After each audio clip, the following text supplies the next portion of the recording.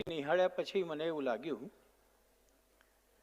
કે કોઈએ કશું ન બોલવું જોઈએ, કારણ કે જે નથી બોલી શકતા એ લોકોએ બોલ્યા વગર જે અભિવ્યક્તિ કરી, એક્સપ્રેશન કર્યું, જે આજના આપણા બે શબ્દોમાંથી એક શબ્દ છે, એ એટલું બધું અદ્ભુત હતું કે આપણે બોલનારા લોકો વામણા લાગીએ એવો આપણને અનુભવ થાય છે. ઘણી વખત આપણે શબ્દો વેડફી નાખતા હોઈએ છીએ.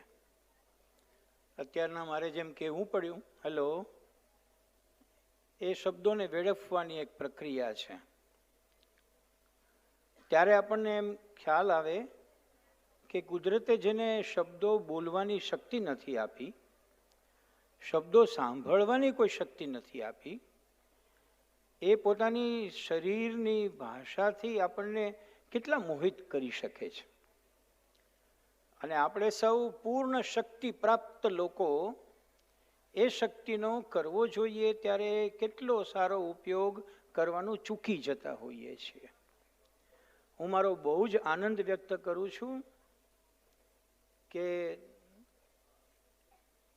આ મંચ ઉપર આ નૃત્ય રજૂ થયું. એ નૃત્યના તૈયાર કરનાર વ્યક્તિની આપણને ઓળખાણ આપવામાં આવી અને આપણને જાણીને ખૂબ આનંદ થાય કે એમને તૈયાર કરનાર એના મમ્મીની પણ અહીં ઓળખાણ આપવામાં આવી.